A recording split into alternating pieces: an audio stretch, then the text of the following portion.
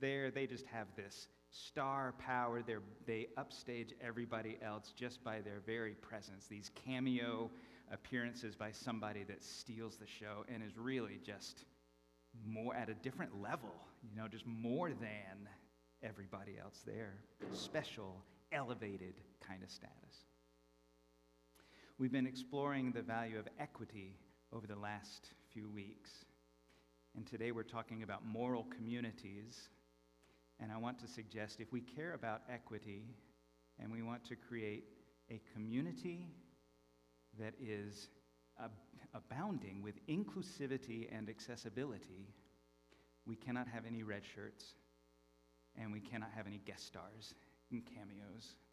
No one is expendable and nobody is so important that they overshadow everybody else. It's a difficult thing because we learn from a lot of our different media that some people are less important and some people are more important for various reasons. But one of the things that Judith Herman in Truth and Repair, talking about how trauma survivors view justice, one of the things that she talks about over and over is how abandoned people feel when their moral community does not acknowledge their story. When something happens in someone's life, and I would extend this to when there are systemic inequities that we know about in the world, and we say nothing about it and we ignore it as a moral community, it's painful, and it feels like we are disconnecting from other human beings. Trauma survivors want their experience to be validated by their moral community. What they don't want most of the time is for people to just be punished. Most survivors of trauma want any kind of perpetrator to have restorative justice. They want for themselves and for anybody else that was involved in perpetrating harm to be restored to a meaningful community, because in their minds it's the disconnection from community that caused all of that harm in the first place. If we had stronger moral communities, maybe we would have less trauma in our world. Maybe. But we are taught something very different. We're taught to mind our own business. There may be things that we even know about that are happening on our block or in our neighborhood. We have some suspicion. We don't say anything because we are just supposed to mind our own business. And when there is something that we might label abuse happening in a household nearby, as American citizens at least, I think our culture teaches us to ignore it and to let it be somebody else's problem. If there's somebody that's having difficulty, if there is some inequity that we know about, we often feel like this is not ours to solve. There is somebody with a code handbook or somebody with some kind of supervisory capacity or somebody somewhere that is supposed to have the responsibility of handling that inequity. And so we just mind our own business. And I don't know that we can live into our value of equity and also mind our own business. Not in this way. I'm not saying we should go tell everybody what to do with their lives. We're good at that. That piece we're really, really good at. We've got lots of shoulds. You should be doing this. Maybe you should have somebody do that for you. I've got a solution for your problem that absolves me of responsibility and puts it all back on you, and so you should do this. We do that really well. But I'm talking about a different level of not minding our own business, not ignoring the inequities and the traumas that we know about in the world around us. And that restoration happens because of a connection with a moral community. It recognizes our interdependence when we're willing to acknowledge what's going on in other people's lives. The problem is we often otherize those who suffer. And by otherize, I mean we make them a different kind of human being in our minds. We make them an other. I am this kind of person, and that's a person who's suffering in a different way. And I hold them back from connection. We marginalize people partly because it's painful to acknowledge that there's suffering happening and because we don't know what to do about it a lot of the time. We feel powerless and we hate feeling powerless, and so we would much prefer to say, I'm just going to not pay attention to this suffering. They become red shirts to us. They are expendable characters in our stories. We don't mind because they matter a little bit less. You might think that's harsh. if I examine my own heart, I am speaking from my own personal experience. I turn them into expendable characters in my story because it's too painful, and I don't know what to do. And most of the time, what people who are suffering from inequity or suffering from trauma want me to do is to acknowledge that they are suffering and to welcome them into community and to say, you belong, and we love you, and we care about you, and we wish we knew how to just fix it. But we don't, and you're welcome here with everything that you're carrying with you. Everything that those stones represent is welcome here. That embracing and acknowledging of people's stories is healing and transformative. And we often think we need to fix it somehow. When we otherize those who are treated inequitably or suffering in some way, we kind of turn life into a competition. We want to make sure we get what we need. And that means that somebody else may not get what they need, but it's okay, because we show up to community with our own needs. We all have our own stones to put in the water, and we get to the door and we say, I need to get what I need to get, and then it'll be okay, and then I'll be able to go on about my life because I got mine. And what we don't realize with moral communities, with a value of equity, it's about us showing up and being in relationship with other people, not being in competition with other people, not saying, if I get what I need, somebody else may not get what they need, but that's okay. I got the coffee. If the coffee pot's empty when I'm done, it's all right because I got my cup of coffee. We could also say, oh my goodness, I'm going to drink the last of this coffee. How do I make sure that there's more coffee? Is there a way that I can make sure that there's more coffee for other folks? We can be part of a community. We are not guest stars. We are not making cameo appearances in spiritual community. We are equal cast members to everybody else here, and none of us is expendable, and none of us overshadows the other. I don't know why we have this sense of powerlessness or scarcity or competition, but for whatever reason, a lot of us believe that we are not going to get what we need in an equitable system. We say we want a completely inclusive and accessible community, and some of us feel a little prickle of anxiety about that because it's like, wait a minute, I don't know if I'm going to get what I want. If we have a completely accessible and inclusive community, I don't know that that includes me, which is a really weird thing to say. Because a completely accessible and inclusive community necessarily includes us. But I think a lot of times we think, I don't know, putting a ramp in so that people can get up to the chancel and be in leadership even if they can't do stairs. I don't know if I like the look of a ramp. I don't know if I want a ramp going up there. Equitable may not really satisfy everything that I want. And we start being really silly about allowing us to have what we need and allowing other people to have what they need and thriving together. It's a really strange thing, but it's something we're taught to do. It's not an unusual human thing. But equity is not a transactional relationship. Equity is not, if I make sure you have yours, then you have to make sure I have mine. It's not that keeping tabs. I got the first cup of coffee last week, so you can get the first cup of coffee this week, but it's going to be my turn again, and I'm keeping score. I'm counting. There are no Redshirts, and there are no Cameos in moral communities. And one of the reasons that this is important for us is because even if we are not the ones who are experiencing trauma, even if we are not the ones who are experiencing inequities, we suffer as a result of it. Even when we don't realize it, if there is inequity happening in our world, we are suffering even if we aren't experiencing it directly. And this really came home for me in a conversation I had with my sister recently. She said something that really was very surprising to me. We were talking about somebody who was having some difficulties coping with a situation, and I said, well, I don't know if they know any better. That's just how they were brought up. That's all they know. And my sister, channeling me, I think, said, They're adults, and they're responsible for how they live their lives now as adults. And she said, you and I did our work. We didn't have the best childhood, and you and I did our work so that we didn't carry the bad stuff forward from childhood. And I acknowledged, yeah, she and I both have done our work. We continue to do our work. But I said, what do you mean we didn't have the best childhood?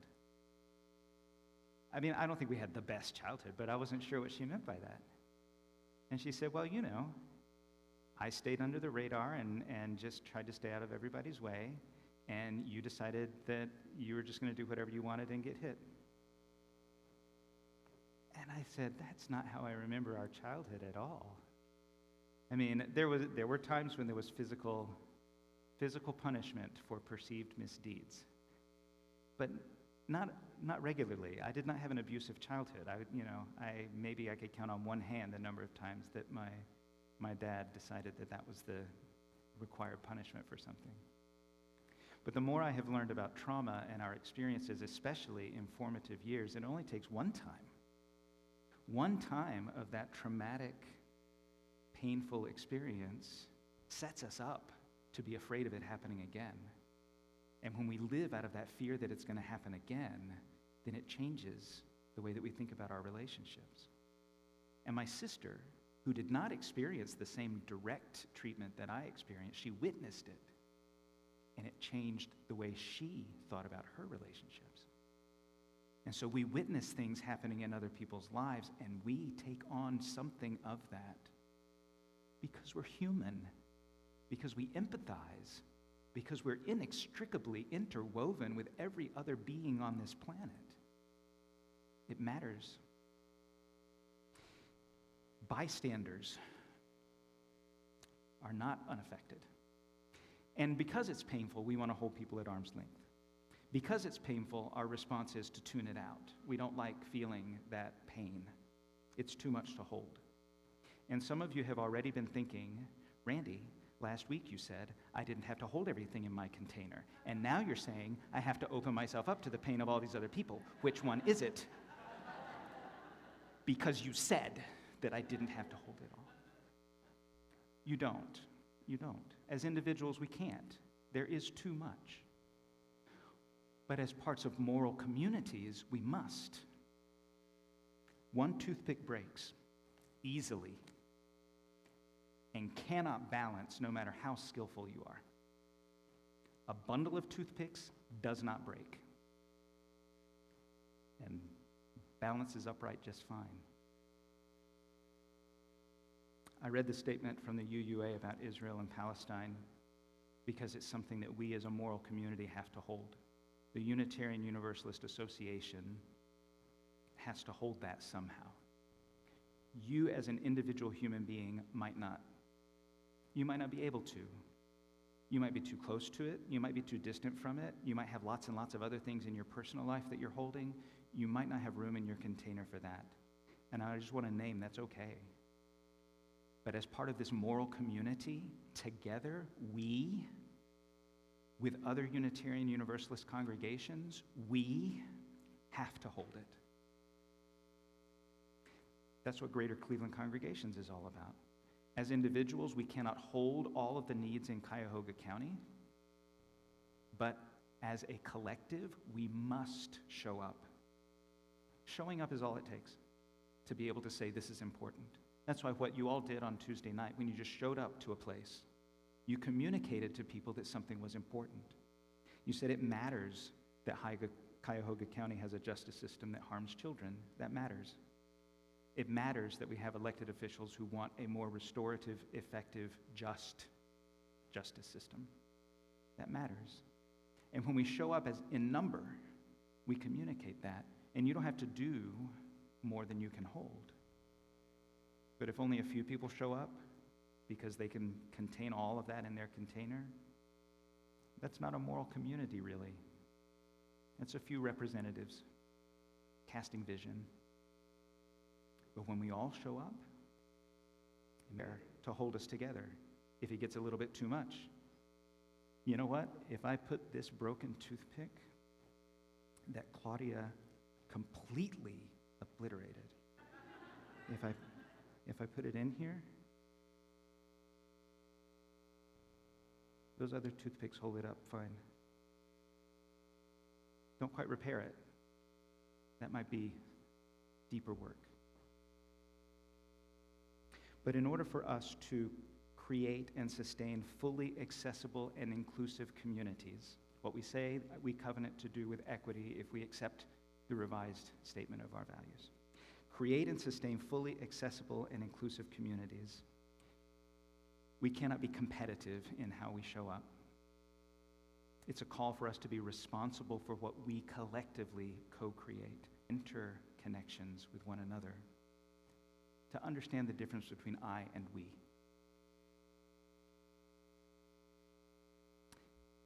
And we can't have Redshirts, and we can't have guest stars and cameos. We have to recognize our equality with one another. Equity is not created by individuals, but individuals create moral communities. And if you are religiously minded, not all UUs are, but if you like to think about God, and if you like to find God in the world, then it may be that you find God, or whatever you name the divine, in those interconnections and in that caring, and in recognizing that even people that we want to cast as victims are truly more than that. They're not even just survivors. They're people with complex lives doing all kinds of things. It doesn't define them if we're willing to be connected. Connection with moral community is what heals us. So we're going to sing together Cuando el Pobre. It's number 1027 in the Teal hymnal. We're going to sing it in English. Sometimes it's important for us to sing in other languages. We're going to sing this one in English so none of it gets lost on us trying to do translation. Because whatever we call the divine, whether we call it God or name it something else, it is there in our relationships if we are willing to see the divine. And maybe if we are willing to be, we are a part of it. Let's rise in body or spirit as we sing together.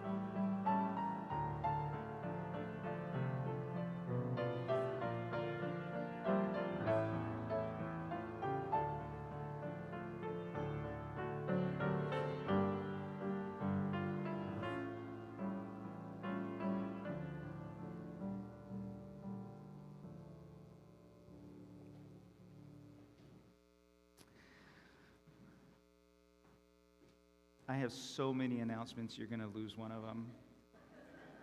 But I'm going to tell you anyway, because our deadline is coming up to be a delegate for General Assembly. March 1st is the deadline for that.